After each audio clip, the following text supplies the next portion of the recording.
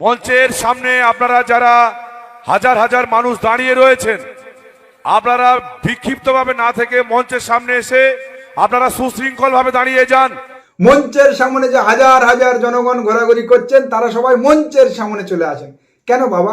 হুমায়ুন বাবু তো বলেছিলেন তিনি নাকি 4 লক্ষ জনসমাবেশ নিয়ে দলের উদ্বোধন করবেন, আর আজকে লোক ডাকতে হচ্ছে মঞ্চের সামনে আসার জন্য। অর্থাৎ লোকে লোকে লোকারণ্য, চারিদিকে জনশূন্য, মাঠ কানায় কানায় পরিপূর্ণ। যদিও তাতে কি যায় আসে, হুমায়ুন বাবু তো থেমে থাকার লোক নয়। তিনি আজকের কেবল দল ঘোষণা করেননি, দলের নাম ঘোষণা করেননি, আগামী 2026 বিধানসভা নির্বাচনের প্রার্থী তালিকাও ঘোষণা করে দিয়েছেন।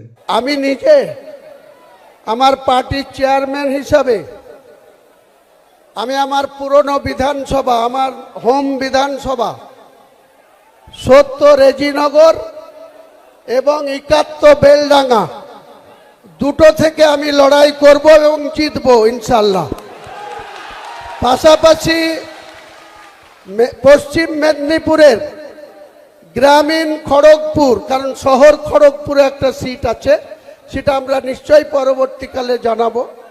গ্রামীণ খড়গপুরের প্রার্থী আমাদের পশ্চিম মেদিনীপুরের আমাদের পার্টির জেলা সভাপতি, উনি কন্টেস্ট করবেন, ইব্রাহিম হাজি।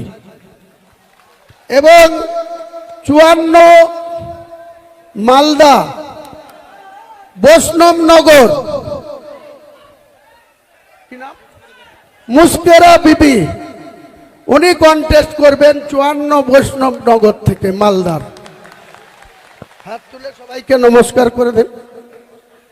মনীষা পান্ডে 64 মুর্শিদাবাদ থেকে কন্টেস্ট করবে, 64 মুর্শিদাবাদ, 64 মুর্শিদাবাদ, মনীষা পান্ডে। আরেকজন দেখছেন বিশিষ্ট ব্যবসায়ী, ভগবানগোলা বিধানসভা 62 নম্বর বিধানসভা, ওনারও নাম হুমায়ুন কবির, উনি কন্টেস্ট করবে ভগবানগোলা বিধানসভা থেকে। शाबाश बेटा, बहुत बढ़िया मुन्ना।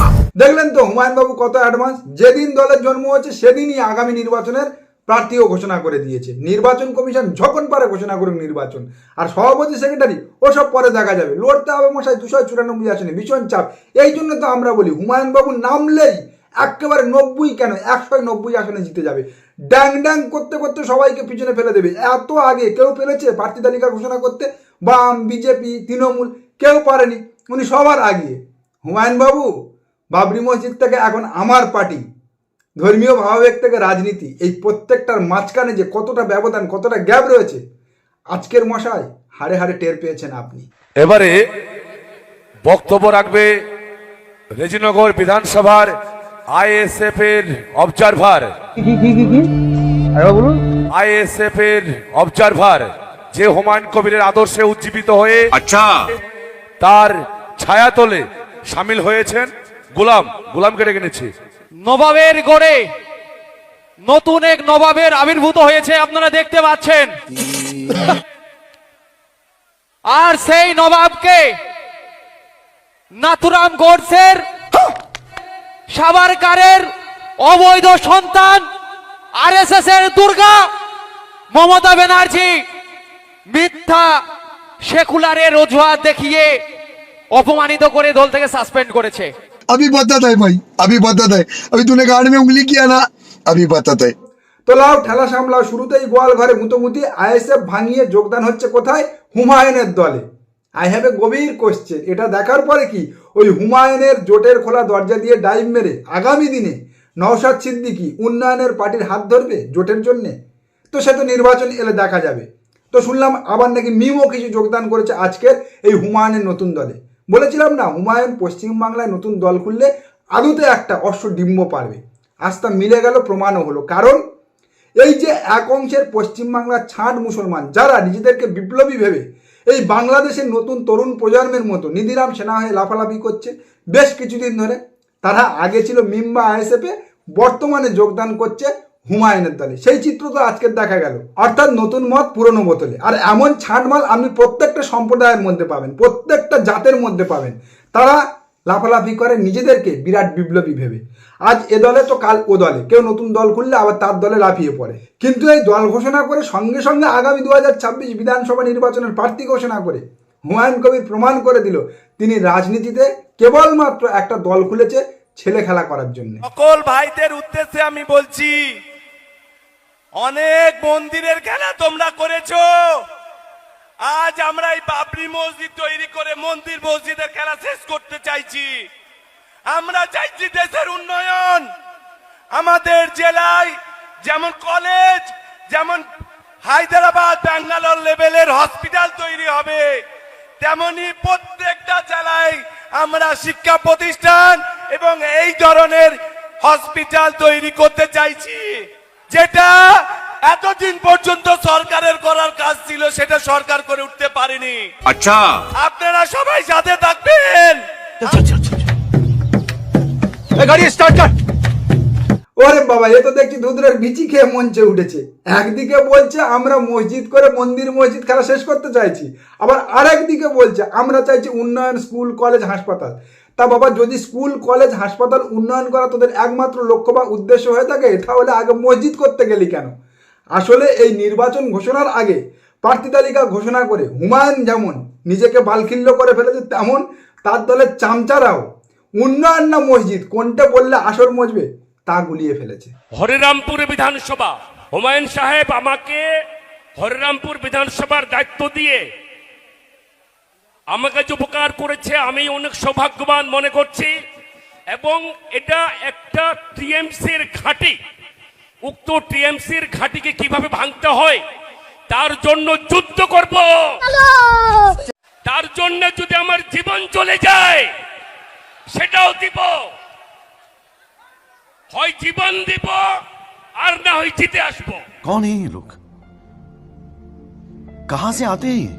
হ্যাঁ, হয় জিতবে নয় মরবে। কোথায় থেকে আনে বলেন তো এদেরকে ধরে? খবর নিয়ে তো জানলাম চিড়িয়াখানার সব দরজা বন্ধ আছে, তবে এদের দোষ নেই। আসলে এরা যাকে দেখে লাফাচ্ছে সে তো বাঁশবনের শিয়াল রাজা, আর সে জায়গায় তো এরা গো বেচারা। আজকের একটা 2021 বিধানসভা নির্বাচনের আগের চিত্র খুব মনে পড়ছে। কানায় কানায় পরিপূর্ণ ব্রিগেডের মাঠ, চারিদিকে আইএসএফের পতাকা, আইএসএফের লোকজন, মঞ্চে বক্তব্য রাখছে অধীর রঞ্জন চৌধুরী। হঠাৎ ভাইজানের এন্ট্রি। সেলিম সাহেব তো পড়ি মরি করে কোনো রকমে গিয়ে অধীর রঞ্জন চৌধুরীর হাতে মাইক্রোফোন নিয়ে ভাইজান জিন্দাবাদ, ভাইজান বক্তব্য রাখবে। যেদিকে দেখছি সেদিকে আইএসএফের প্রার্থী নওশাদ সিদ্দিকী ঘোষণা করছে। এত নাম আমাদের কাছে জমা পড়েছে যে আমরা কাকে প্রার্থী করব বুঝে উঠতে পারছি না। কিন্তু নির্বাচনের শেষে দেখলাম একটা পাঁটি বাচ্চা হয়েছে, সে আবার মরা। সেটাও হতো না যদি আরাবুল কায়জারের দ্বন্দ্ব তৃণমূল কংগ্রেস মিটিয়ে দিতে পারত। এই একই রকমভাবে এই হুমায়ুন কবির লাফাচ্ছে। আগামী দিনে অশ্বডিম্ব পারবে এই পশ্চিমবাংলার রাজনীতি থেকে। কেবল সন্ন্যাস নয়, মুখ পুড়িয়ে বানরের মতো ওকে বিদায় নিতে হবে। ওটা জামাত উন্নয়ন পার্টি করতো, নামটা একটু কারেকশন করে দেওয়া দরকার। তৃণমূল খাতা খুলতে দেবেন না মুর্শিদাবাদে বলছেন হুমায়ুন। তৃণমূল বিপদে পড়বে, এটা নিয়ে অস্বীকার করার কোনো উপায় নেই। হ্যাঁ, ইনি আর এক সেপোলজিস্ট।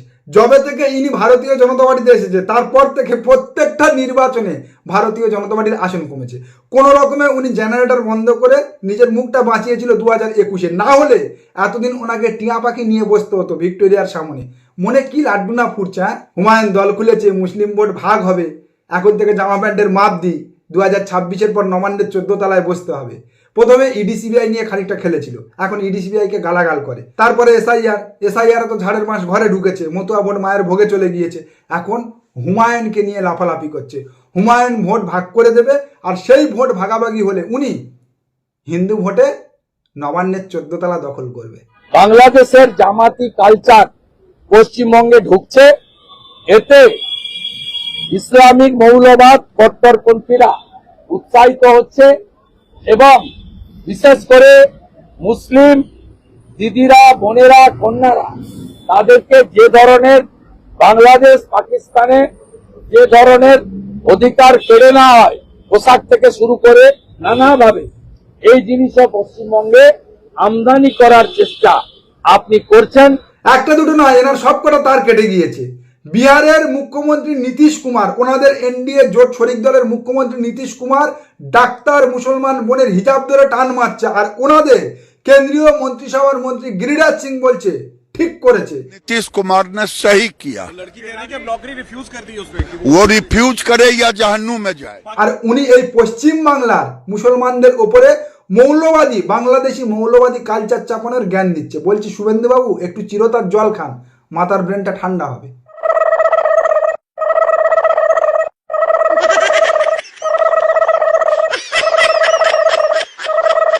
নমস্কার, আজকের প্রতিবেদন এখানে শেষ করছি। দেখা হচ্ছে আগামী কোনো প্রতিবেদনে। আমাদের প্রতিবেদন সম্পর্কে আপনাদের মতামত অবশ্যই জানান আমাদের কমেন্ট সেকশনে। সবাই ভালো থাকবেন।